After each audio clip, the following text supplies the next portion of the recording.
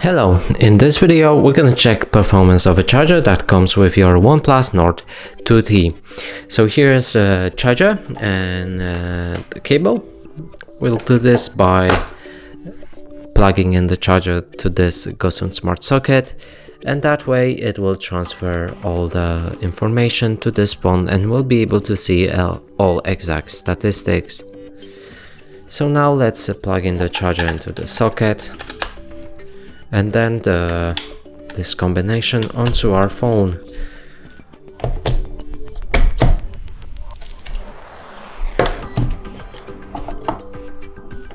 Like this. And now after it starts charging, we need to wait about 30 seconds till all the statistics are stable right here. So here's the statistics, you can see them, they should be stable now. And that's it for this video. Hope you like it. Please consider subscribing to our channel, leave a like and a comment below.